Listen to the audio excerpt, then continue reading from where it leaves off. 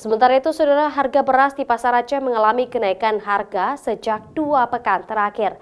Kenaikan harga ini dipicu karena stok beras berkurang akibat musim kemarau. Per karungnya naik hingga Rp3.000. Musim kemarau di Aceh mulai berdampak pada kenaikan harga beras di pasar tradisional Aceh. Kenaikan harga ini dipicu karena stok beras di pasar berkurang. Pedagang mengaku saat ini sulit mendapatkan stok beras karena para petani yang ada di sejumlah daerah mengalami kekeringan, bahkan terancam gagal panen. Harga beras kualitas standar per karungnya ukuran 15 kg naik hingga Rp3.000 dari harga sebelumnya berkisar Rp140.000 per karung.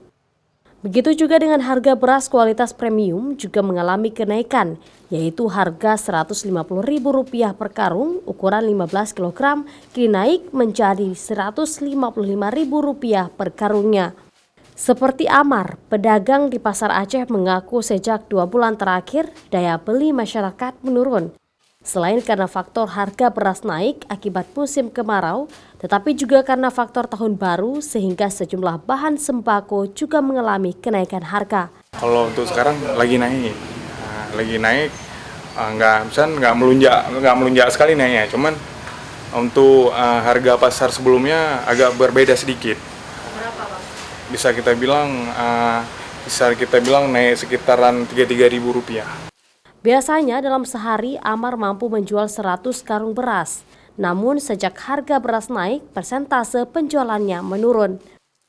Saat ini para pedagang beras kesulitan untuk penyetok beras karena di beberapa kabupaten di Aceh sedang mengalami kekeringan sawah.